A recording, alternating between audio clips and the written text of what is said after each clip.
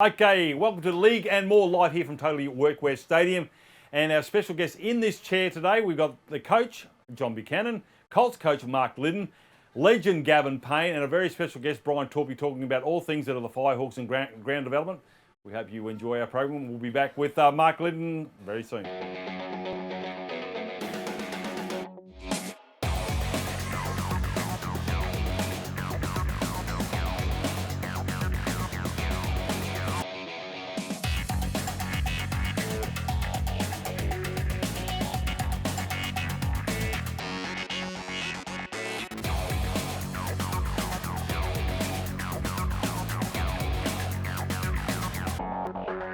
Okay, welcome to the League and More. Mark Gliddon joins me. He's the coach of the Colts side. Gliddo, Langlands Park, mate. A new venue, but a new zest for you, and away you go. Good to be back coaching. Oh, most definitely. I was really pleased when given an opportunity here by Torps and Johnny Buchanan. So looking forward to it, get to coach again, but I also get to do some development work here as well. So I've taken Terry Madison's role with the Pathways, and looking forward to doing that as well. All right, mate. Now, the Colts competition, obviously a pathway to the Intrust Super Cup. Pre-season, how'd you go?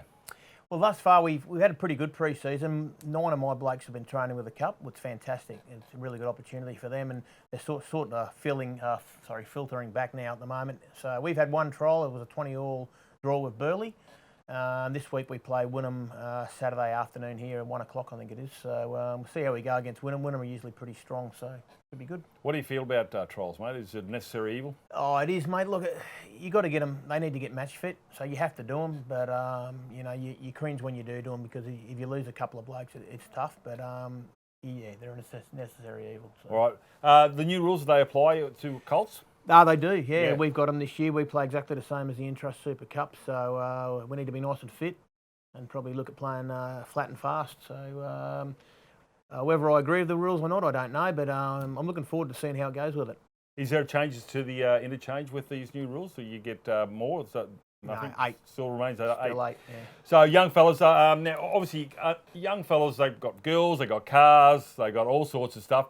It's something you're not used to. You're used to coaching open grade players. So how do you handle the Colts and the Pimples and stuff?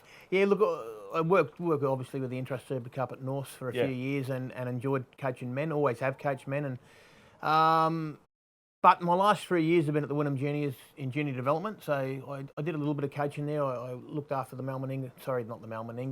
Nev Blair 18s there for a while, and so I sort of. Yep.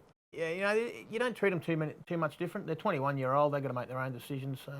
I'm really lucky here. We've got a really good bunch of young men, and my job's to get them ready for Cup. And you know, I think there's a few of them there that will play some Cup this year. All right, mate. I imagine the pre-season wasn't too bad. The boys were just glad to get the steam back in the hand. They're a bit of a fairly enthusiastic bunch, like on red quarter without water. They're out of control. Mate, they're a really good, hard-working group of young men. I said this to JB the other day. You know, sometimes when you coach blokes, or teams, I should say, you know, you got a few lazy ones here or there, but we haven't got that. Your work ethic's outstanding. You walk in the gym, they're all doing what they should be doing. They all want to go places, and it's really pleasing, actually. All right, so makes you sweat looking at them. But makes you sweat doing anything. You know me, I'll probably do a bit with them here and there. So. Yeah, right. So when's the season start for the Colts, mate? A week after Easter. So we've got 2 trials. We've got Wynnum this week, then we got Redcliffe a week off, and then we kick off round 3 of the Intrust Super Cup. So against Burleigh Bears. All right, mate. Well, listen, all the best for the Colts. They are the pathways to the Intrust Super Cup. It's great to see some players obviously training with the Cup boys. Good luck with the Tigers this year, mate. And we look forward to seeing your calm and composure on the sidelines. Oh, 100%. And yeah, there's no 7-second delay for you, my friend. But whatever comes out, you get. So good luck. Thanks, Lilo. Guess what? Totally Workwear do high vis. They specialise in the stuff. Totally Workwear. Get what you want and get back to work. All right, we're back. League and More. Now, sitting to my right is the head coach of the Intrust Super Cup side, Jon Buchanan. Mate, you're back here at the Tigers. Welcome back. Thanks, mate. All right, now, the trial games, obviously, before I get into those, the pre-season, did the boys actually seem a lot keener in this pre-season with the year off from footy? It was definitely, it's felt longer, that's for sure. I'm sure the players have felt like that as well. Number of our guys, I think there's only probably 5 of them that played footy last year. So I think we've had a 14-week pre-season, so it's probably felt like about 6 months for some of them. But Yeah, look, it has dragged on a little bit. I think they seem to get longer and longer each year. So, yeah, we made an effort to make the first sort of 5-week block before Christmas fairly intense for them, but we've also, since Christmas, worked on a lot of football stuff. Yeah, season's a little bit shorter. I don't think that comes into account because basically the 6 tackle rule, I guess you've got to be fit. If you've got 25 games back to 20 with that new 6 tackle rule, do you find that that's going to be a bit of a struggle for the big men? We're trained for it. Yep. To be honest, particularly since Christmas, we've really focused a lot on it. Yeah, look, I think you need a lot more mobility in your pack. Yeah, and I think we've got that with our playing roster. So yeah, look, am I a fan of the new rules? I don't know. I'll tell you in probably 20 weeks' time, I'd imagine. But yeah, it is fairly quick. I think our first trial game, that first half, was really fast. I know a number of the players mentioned it was probably the quickest footy they'd ever played. So, yeah, as long as there's a little bit of common sense with it, I think we've got to remember that they're part-time footballers, majority of them, and, we don't want to take away from the fabric of the game as well. But in saying that, how much more focus is there on discipline so you don't give away those 6 more? Yeah, that's probably going to be you're not going to give 6 more away if you don't give away the penalties. Definitely. I think you just got to be cleaner in the ruck and, have good attention to detail when you are in the collision there. So, yeah, look, we've been training really well around the rules, and we've had a number of scrimmages with referees and that. Okay. So yeah, we've tried to put it into place as much as we can. Okay, only 2 trials. Is that on purpose? Did you want to just sort of taper it down with only the 2 trials? Yeah, I was pretty happy with the 2 trials. Probably that was probably locked in before I sort of jumped on board. So okay. I wasn't really concerned about that. They're probably a necessary evil, really. I'm not a massive fan of them. Yeah, look, we played, a fairly good side in the first trial for the first half, and then after that we played a lot of our younger kids and just got to see where they're all at. A lot of them had really good pre-seasons with us, and yeah, it was good to see sort of what the future may hold for a few of those younger guys. All right, the game against the final game, your trial against the Winnemanny Seagulls, a great game. I was very impressed with Bennett Leslie up the front there. Obviously, he had a big motor, kept going forward. Caleb Dorton, when he came on, he was quite electrifying. You had 2 halves out there with Nichols as well. So when you say you don't like trials, you've got to have them, haven't you? Because there's so many options you've got to try and sort out which is the best way, and the only way you can do that is out in the middle. Yeah, well, look, Caleb was he's training the halves the whole pre-season, and Huey Pratt got concussed in the first trial, so we didn't really have anyone else we sort of looked at to play a bit of that utility role. So Caleb sort of got thrown in there against Wynnum and did a really good job playing at dummy half. So yeah, that's probably a blessing having the trial to explore those sort of options. But yeah, look, we went fairly well. Defensively, I thought we were pretty good. Yep. We were still pretty clunky at times with the ball. And to be fair, I think Wynnum were slightly off their game, to be honest. They turned over a fair bit of possession. So, they had a lot of ball at the back end of there, and you just couldn't quite crack them. So defensively-wise, they were good. But they were good. I mean, the amount of ball they turned over, and we probably didn't take a couple of chances that we should have taken as well. Purcell, I don't know where he's going to play or if he's going to play. He's an exciting player. He's got to come from the Ipswich Jets, where it's a stop-start sort of format that they had there. And somehow you've got to mould him into the Tigers' way of playing. So I don't know how you do that. Or do you just let him off the leash and go, score some points, my man?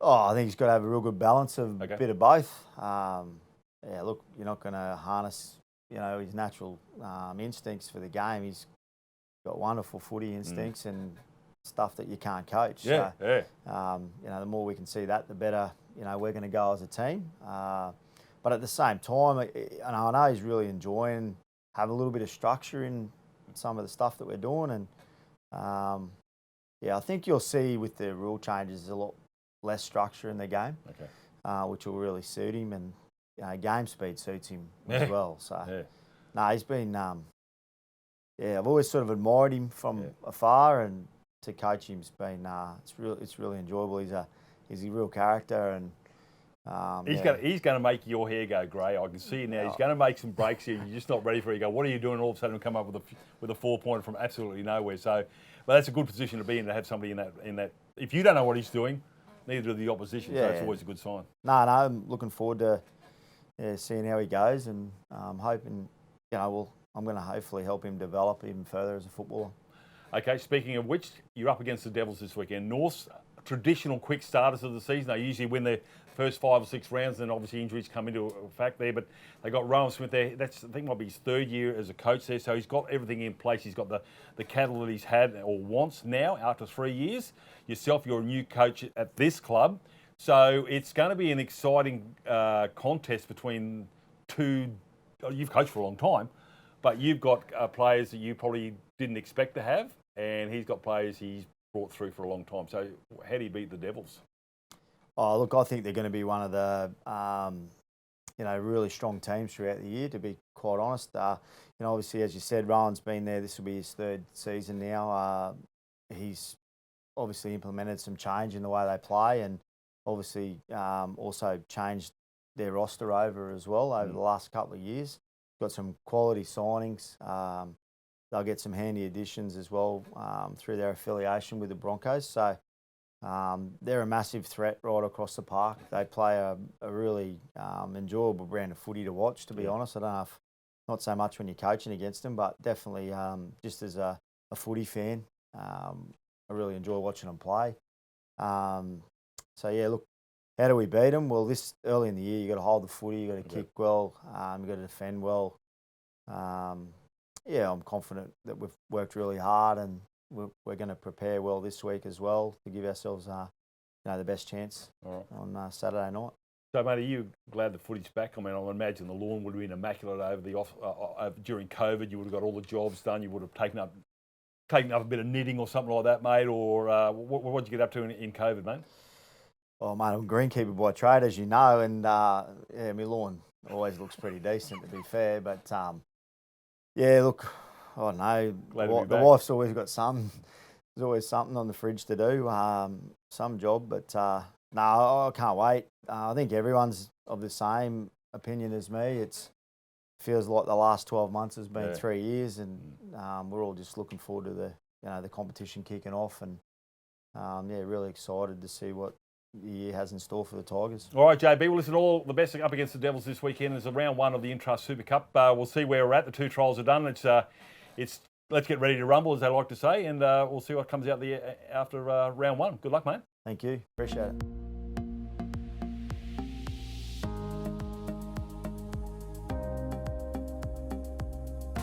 Well, to my right is no stranger to TigerTV. This is League Plus. Gavin Payne joins me. And Gavin Payne, welcome, mate. Unfortunately, we don't have TigerTV, your golden dulcet tones, but you're looking forward to this year. You'll see a lot more football. Yeah, I will. It's it'll be good to get down and spend some time down the Cambo or in the grandstands with the fans and what have you. So it'll be terrific. I'm looking forward to a different aspect. I enjoyed the commentary side of it though, and it's a bit of a shame that that's not happening again, but for different reasons that I've got my own personal views on, but that's the way it is. And I'll enjoy watching the footy without having to be involved in it as such. Now, the Tigers so close over the last few years to take out the Intrust Super Cup or Q Cup. You actually played in the last premiership winning side in 91, 30 years ago. It looks like you could have played last week. Tell us about that day, just briefly. How did you go that day? Look, we had a really good side that year. Laney was great coaching us as well, and we just went out and it just all fell into place. We scored a couple of tries early and did enough to have a good lead at half time. You might remember Kenny Jackson kicked, I think it was a 55-yard field goal, the longest field goal I've ever seen kicked anywhere in rugby league. Obviously in rugby union they do a bit more of that. Yep. But no, it was a really good day. We had a great win, and we stayed really close with that group of players. Yeah, too long ago. Speaking about those group of players, I know Campbell Newman has a law about bikies congregating in a licensed area. He doesn't want that when he was Lord Mayor. You're going to get your bunch of cronies back together from 91, but you're not bringing them back together. You're actually just joining up on one day because you've kept in touch with these guys. Yeah, look, we've had 10 and 20-year reunions. At times, most of the boys are still in and around Brisbane. There's a few that are outside of Brisbane. Once a couple down in Sydney and up north. Yep. We've organised a couple of days. On the Saturday, we'll get everybody together and just do a couple of couple of hotels around the eastern suburbs. As won't be a pub crawl as such like the old days, but there might be a few people ducking out the back door as well to slip home a bit early, which never happened on the No way, days. no, the walk of shame never happened. So. Yeah, and then on the Sunday, Brian Torpy, the CEO down here, has organised a bit of a reunion day as well, and he's going to make that a traditional thing for the players of that one era, or the 1 year and the 2 year and the 3 year 2022, yes. as it goes. So that'll be great as well. We've got I think I've got about 18 or 19 of the players turning up, and on the Sunday I'm sure there'll be many more here as well. All right, well, we talked about a couple of close losses. Obviously, PNG was one of the pride as well. This year, new coach.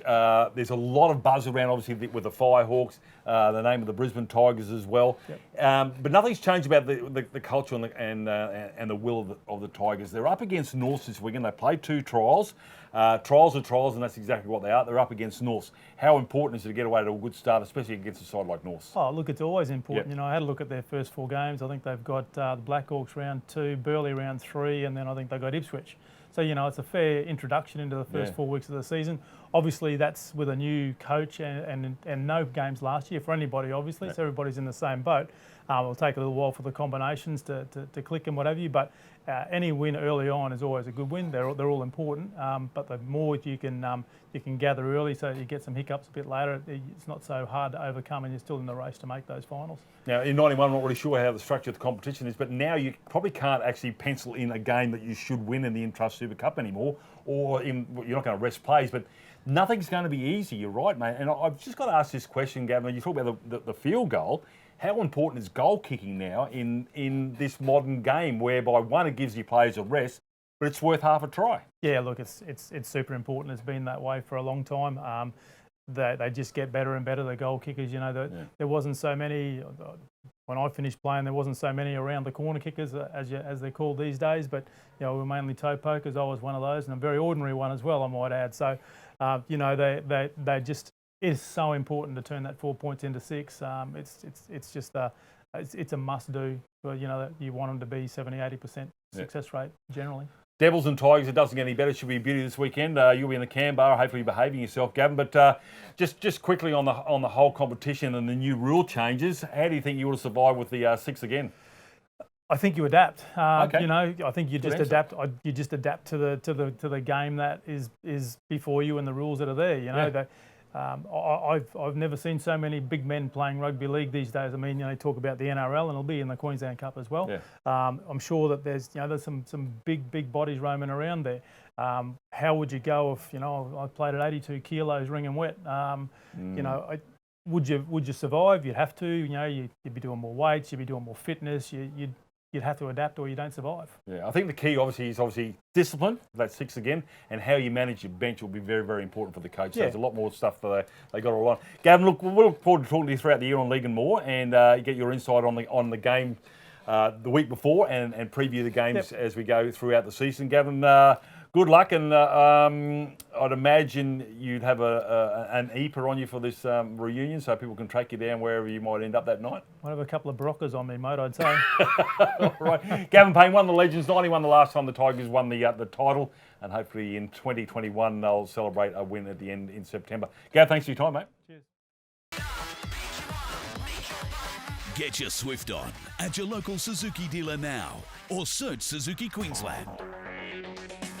All right, welcome to League and More, and we're joined by CEO of the Brisbane Tigers, none other than Brian Torpy. Brian, good afternoon. How are you? Yeah, very well, John. How are you? Good. We are here at Langlands Park, and this isn't the way it's going to stay forever, is it, Langlands Park? As we know it, there's ground development in the processes. Where are we up to? Absolutely. No, we've been working on a redevelopment for the club for about the last 5 years. So we've done a number of designs and refined it.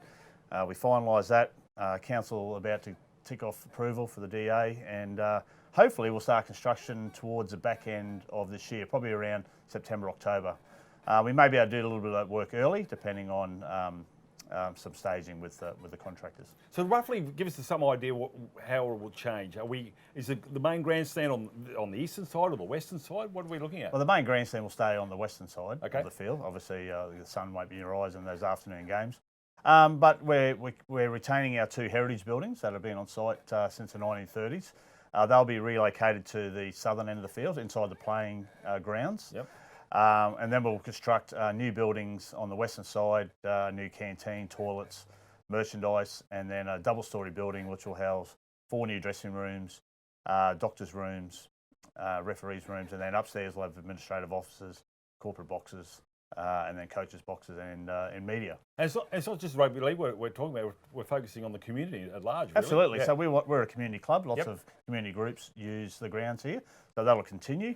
We look to have those people in here. We play a lot of community rugby league, school sport, junior rugby league. We've had gridiron finals here as well. So we'll certainly make the ground available for the community users.